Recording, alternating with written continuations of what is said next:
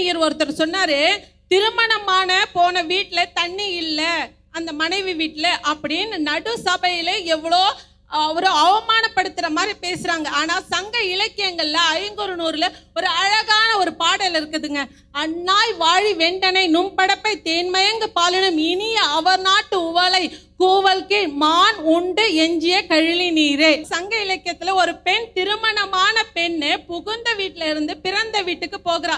அங்க எல்லாருமே கேலியா கிண்டலா பேசுறாங்க. என்ன உன் ஊர்ல தண்ணி கூட இல்லையாமே குடிக்கிறதுக்கு, அது கூட கொஞ்சம் ஏதோ மானு மிருகங்கள்லாம் சாப்பிட்டு இலை தழையெல்லாம் விழுந்து கலங்கி இருக்குமாமே அப்படின்னு கிண்டலாக சொல்லும் பொழுது கூட அந்த பெண் புகுந்த வீட்டை விட்டு கொடுக்காம, அது நம் நாட்டில் எப்படி தேன் கலந்த பால் எப்படி இனிமையா இருக்குமோ அது போல இருக்கும் சுவையாக அப்படின்னு விட்டு கொடுக்காம பேசக்கூடிய மனைவி வீட்டு உறவினர்கள் தான் இருக்காங்க. ஆனா இங்க பாத்தீங்களா இந்த எதிரணியர் எப்படி பேச